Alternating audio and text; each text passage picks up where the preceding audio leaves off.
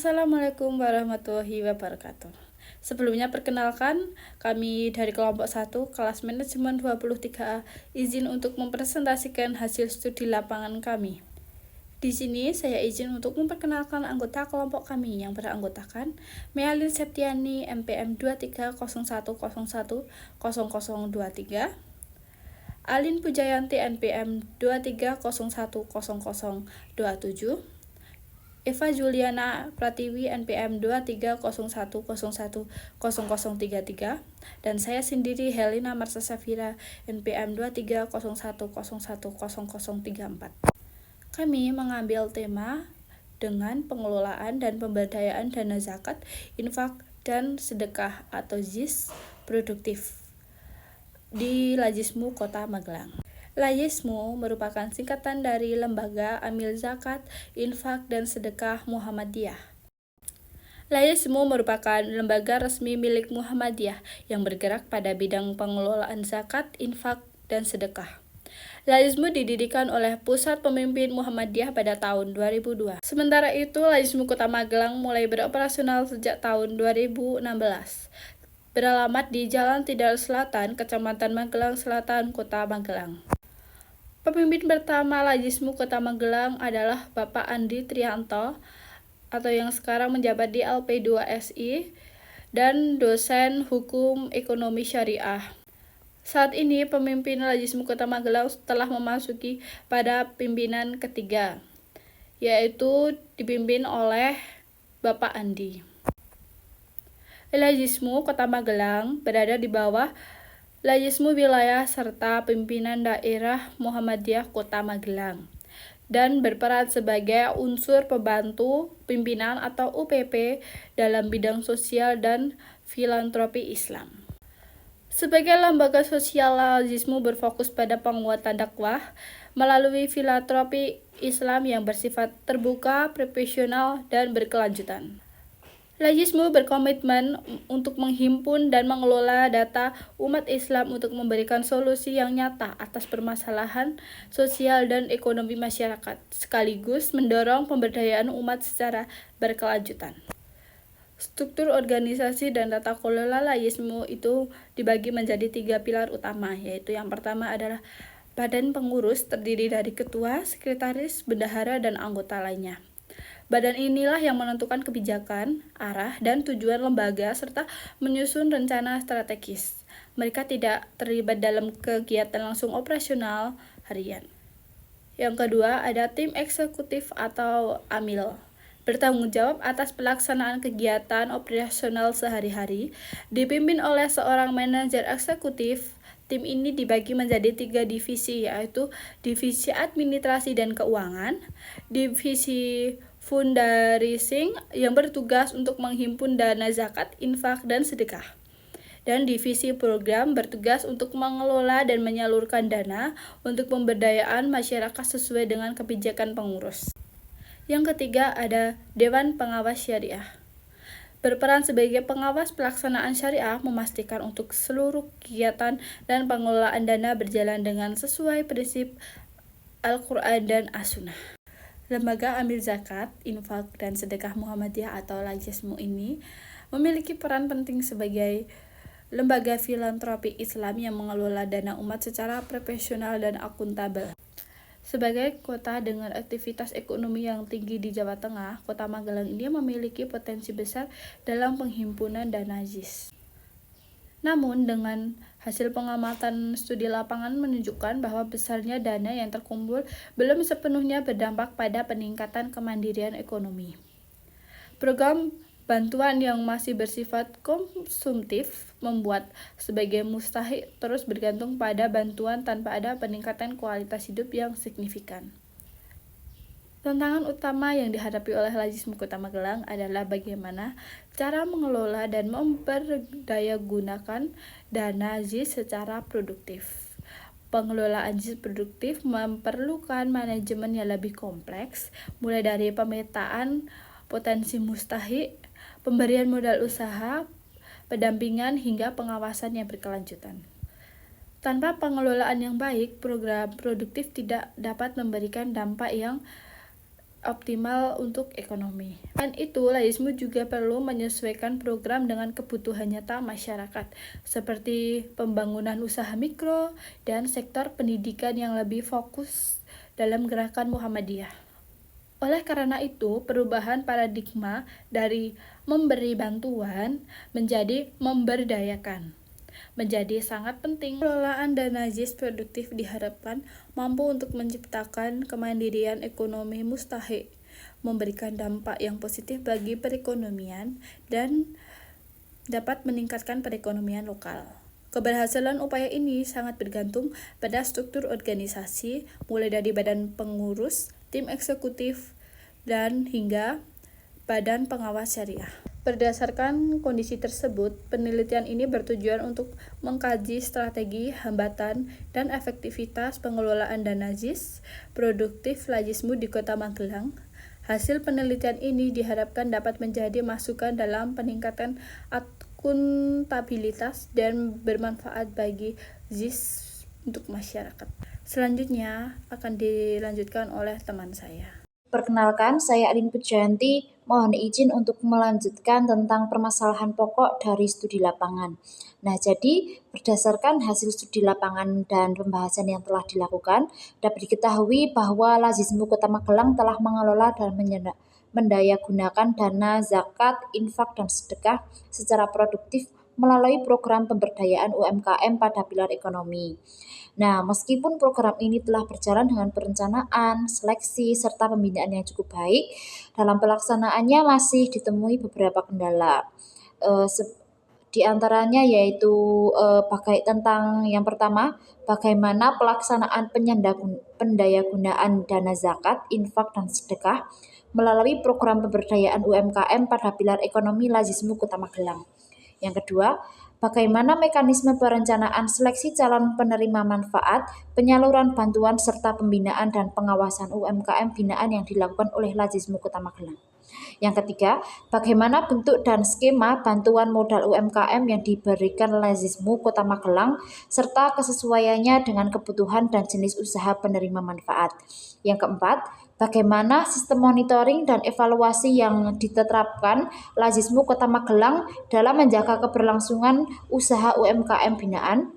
Yang kelima, apa saja kendala yang dihadapi Lazismu Kota Magelang dalam pelaksanaan program UMKM, khususnya terkait komitmen penerima bantuan dan keberlanjutan usaha. Yang keenam, bagaimana keberhasilan program UMKM Lazismu Kota Magelang ditinjau dari aspek ekonomi, sosial, dan spiritual penerima manfaat. Nah, selanjutnya adalah waktu pelaksanaan dan responden. Nah, studi lapangan ini dilaksanakan sebanyak 3 kali kunjungan. Kunjungan pertama dilaksanakan pada 4 Desember 2025 pukul 12.50 waktu Indonesia Barat. Pada kesempatan tersebut kami datang untuk menyerahkan surat penugasan sekaligus menyampaikan maksud dan tujuan penelitian kami untuk melakukan wawancara di Lazismu Kota Magelang.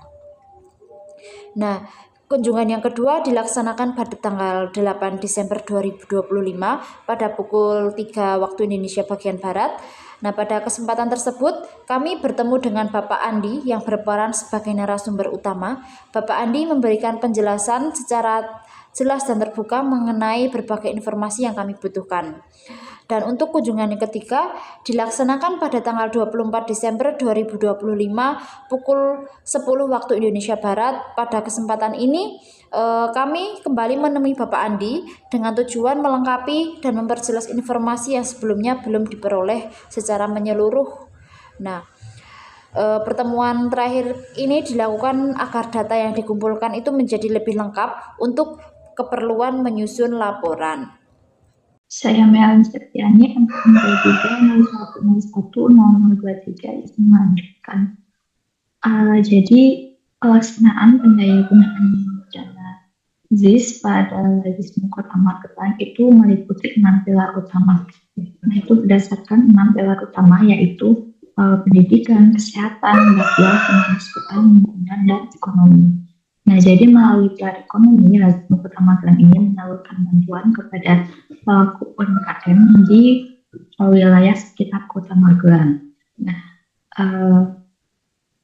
bantuan ini tuh terbuka ya bagi seluruh masyarakat, bukan hanya warga Muhammadiyah saja, tetapi juga bisa non-Muhammadiyah, asalkan memenuhi kriteria dan bersedia mematuhi kesepakatan program tersebut. Nah, salah satu syarat utamanya yaitu kesediaan untuk mengikuti pengajian Muhammadiyah secara rutin dan mengikuti program kebinaan yang dilaksanakan oleh Lajismu Kota Magelang.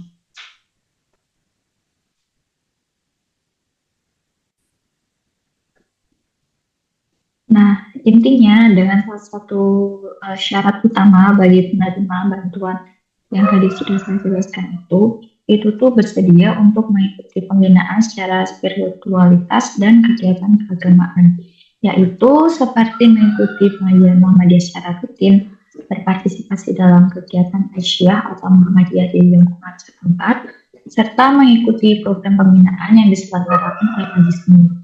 Nah, selain itu, penerima bantuan itu diwajibkan untuk menjaga keberlangsungan usahanya dan tidak menghentikan kegiatan usaha selama 3 bulan berturut-turut tanpa keterangan yang jelas.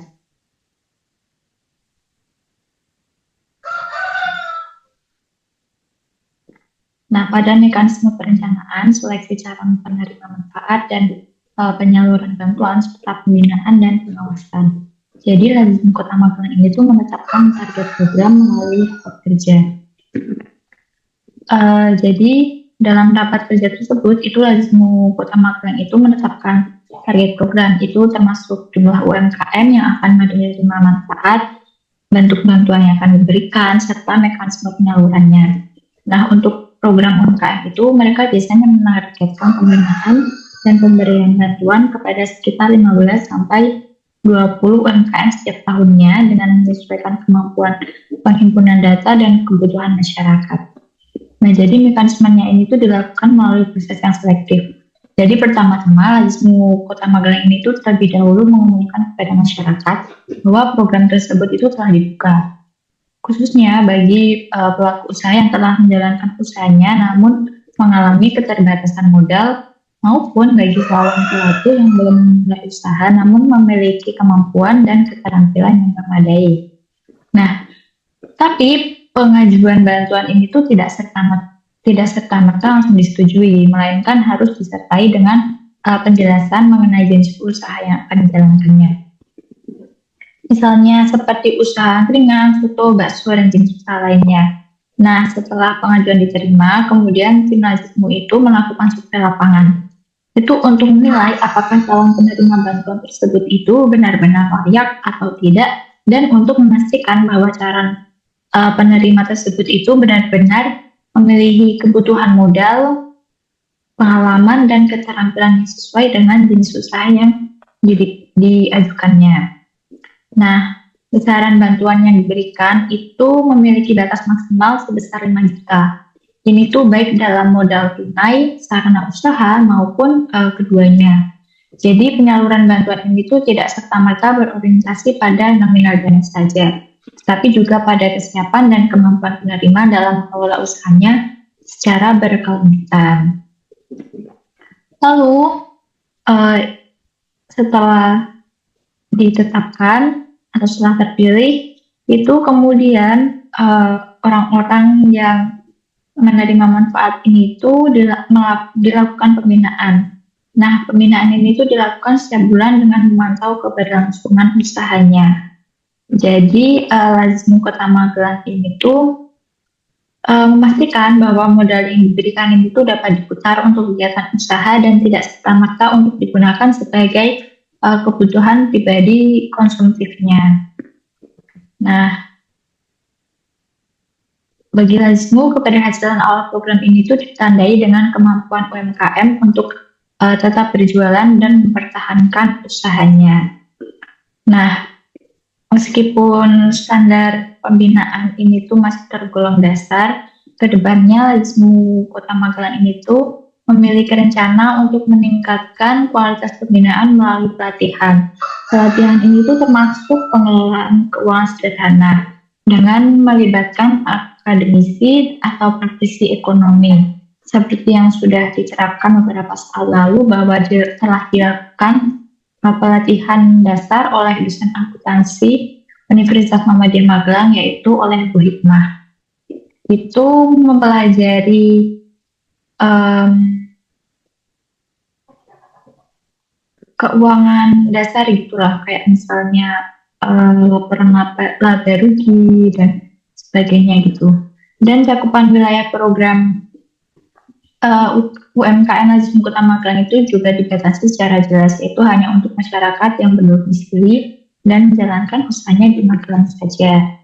Nah, kebijakan ini itu ditetapkan agar proses monitoring dan pembinaan yang dilakukan ini tuh bisa secara optimal, serta untuk menghindari tumpang tindih kewenangan dan lazismu di tingkat daerah lain. Nah, dengan batasan wilayah tersebut, itu pemantauan rutin terhadap UMKM binaan itu diharapkan dapat dilakukan secara efektif dan lebih terarah.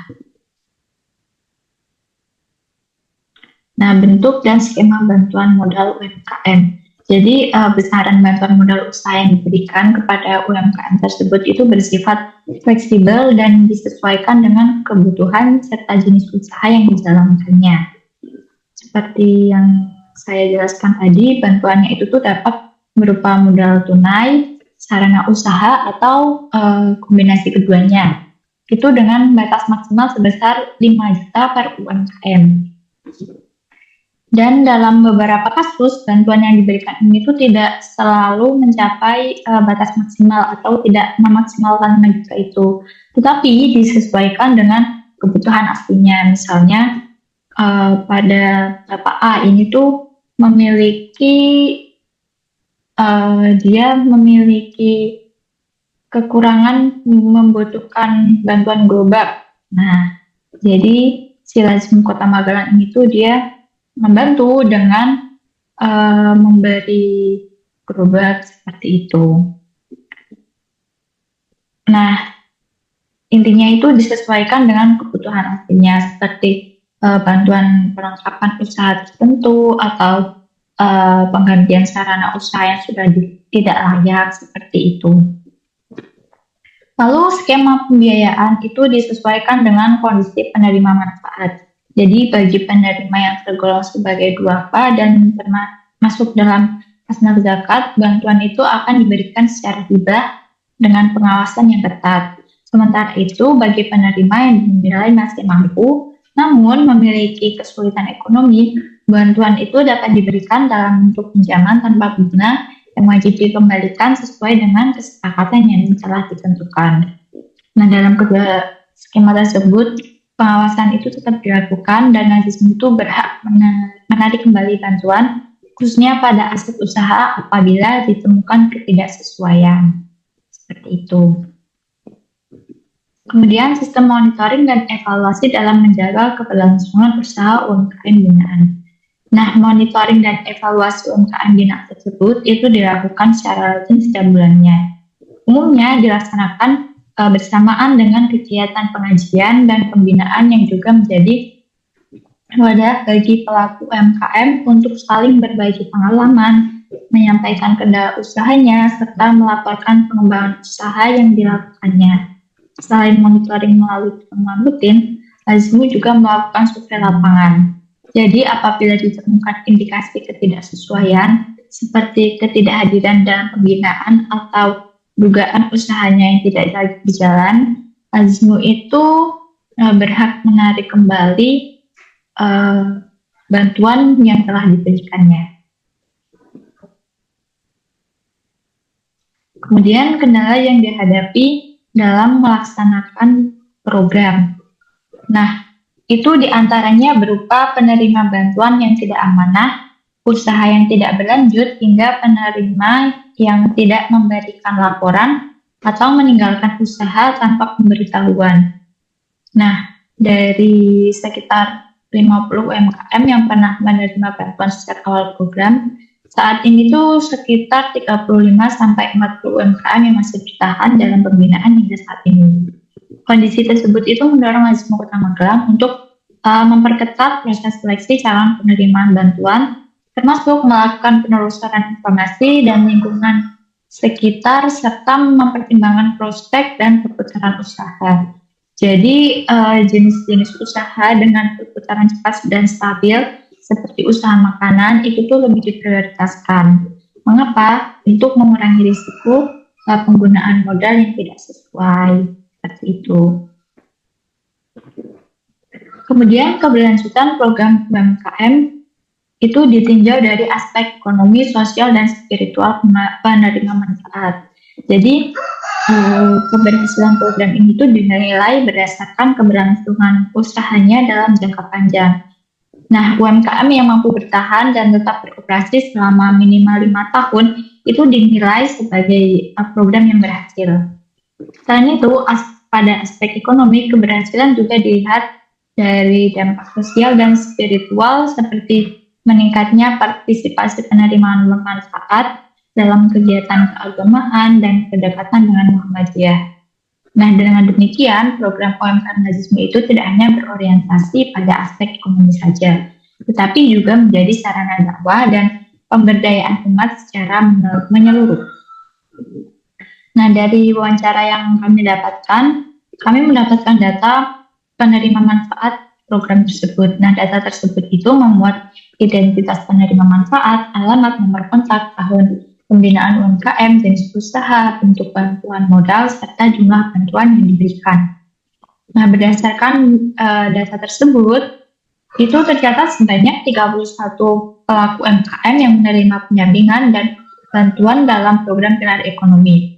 Data tersebut itu mencerminkan implementasi pendayaan gunaan dan Nazis secara produktif dan sebagaimana mekanisme yang telah dijelaskan sebelumnya, mulai dari perencanaan, penyaluran, hingga pembinaan UMKM. Nah, sebaran tahun pembinaan itu menunjukkan bahwa program ini tuh mengalami peningkatan signifikan pada tahun 2024 dengan jumlah UMKM binaan mencapai 18 unit. Sementara pada tahun-tahun sebelumnya, jumlah UMKM itu relatif lebih sedikit, yaitu 3 UMKM pada tahun 2021, 2 UMKM pada tahun 2022, 1 UMKM pada tahun 2023, dan 4 UMKM pada tahun 2025. Kondisi ini mengindikasikan semakin kuatnya kepercayaan masyarakat serta meningkatnya kapasitas Nazisme Kota Magelang dalam mengelola program pemberdayaan ekonomi yang berbasis UMKM. Dan jenis usaha UMKM binaan ini didominasi oleh usaha mikro di sektor makanan dan minuman, seperti bakso, nasi uduk, dan angkringan, seperti itu. Nah, dominasi sektor ini tuh sejalan dengan kebijakan Nazisme yang memprioritaskan usaha dengan perputaran modal yang cepat dan relatif stabil, sehingga peluang keberlangsungan usahanya itu lebih besar. Dari sisi bentuk bantuan, data juga menunjukkan bahwa bantuan yang diberikan ini tuh bersifat variatif dan disesuaikan dengan kebutuhan masing-masing pelaku UMKM. Sebagian besar penerima memperoleh bantuan berupa modal usaha, sementara lainnya menerima aset seperti gerobak dan modal peralatan usaha, etalase, maupun sarana penunjang lainnya. Nah, nilai bantuan yang tercatat umumnya itu pada kisaran maksimal 5 juta seperti yang sudah saya jelaskan tadi, itu disesuaikan dengan ketentuan yang ditetapkan oleh Lazisme Kota Magelang. Nah, pola penyalurannya ini juga menunjukkan bahwa bantuan itu tidak diberikan secara seragam, melainkan berbasis kebutuhan real dan hasil survei kelayakan, sehingga selaras dengan prinsip selektivitas, keberlanjutan usaha, dan akuntabilitas pendayagunaan dana ZIS dalam program UMKM binaan Lazisme. Sekian dari saya, selanjutnya akan dilanjutkan oleh teman saya. Baik, saya Evaliana Pertiwi dengan NPM 2301010033. Di sini saya akan melanjutkan pemaparan dari laporan hasil studi lapangan, bagian kesimpulan dan saran.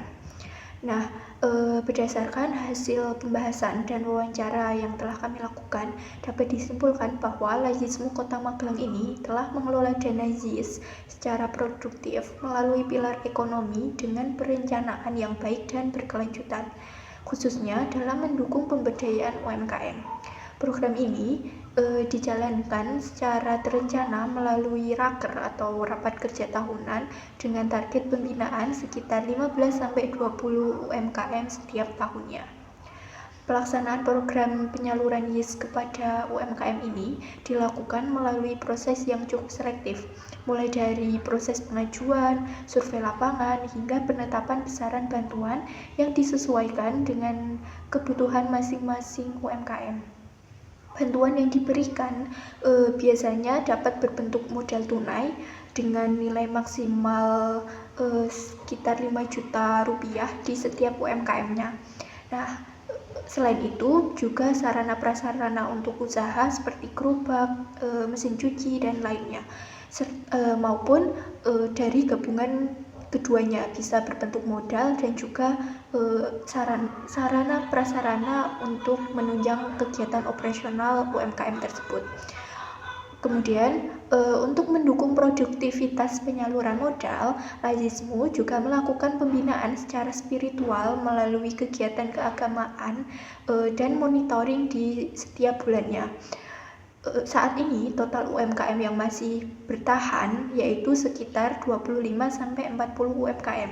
Sejak program ini mulai dijalankan, proses pemberdayaan UMKM melalui YIS telah memberikan dampak positif bagi sebagian penerima bantuannya. Meskipun seiring dalam pelaksanaannya masih dihadapkan beberapa tantangan seperti penerima bantuan yang tidak amanah hingga usahanya itu tidak dilanjutkan kembali. Kemudian saran untuk AUM atau untuk Lazismu Kota Magelang yang pertama itu dengan menetapkan standar pembinaan dalam hal pencatatan keuangan seperti laporan pemasukan dan pengeluaran harian bagi setiap UMKM yang dibinanya.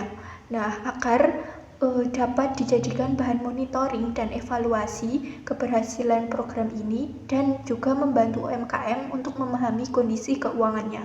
Kemudian yang kedua, mengingat banyak UMKM yang dibina itu masih banyak yang tidak amanah hingga usahanya itu tidak dilanjutkan, maka Lazismu Kota Magelang disarankan untuk memperketat seleksi seperti mencari tahu terlebih dahulu rekam jejak dari calon penerima bantuan usaha ini di lingkungan sekitar tempat tinggalnya. Kemudian yang ketiga, disarankan untuk bekerja sama dengan pihak eksternal, misalnya Dinas Perdagangan, Dinas Koperasi, dan UMKM dalam membantu pengurusan legalitas usaha hingga akses pemasaran melalui bazar UMKM. Nah, sedangkan untuk saran pelaksana studi lapangan, menurut kami tidak ada karena pelaksanaan studi lapangan yang telah dilakukan itu berjalan dengan baik dan lancar, baik dari segi waktu, kelengkapan dokumentasi, maupun informasi yang telah diperoleh. Kemudian untuk bagian lampiran, di sini terdapat surat keterangan dari AUM sebagai bukti bahwa kita telah melakukan wawancara atau studi lapangan. Kemudian untuk lampiran yang kedua, di sini kami melampirkan data UMKM binaan dari Lazismu Kota Magelang. Sekian presentasi dari kelompok kami, kurang lebihnya mohon maaf. Wassalamualaikum warahmatullahi wabarakatuh.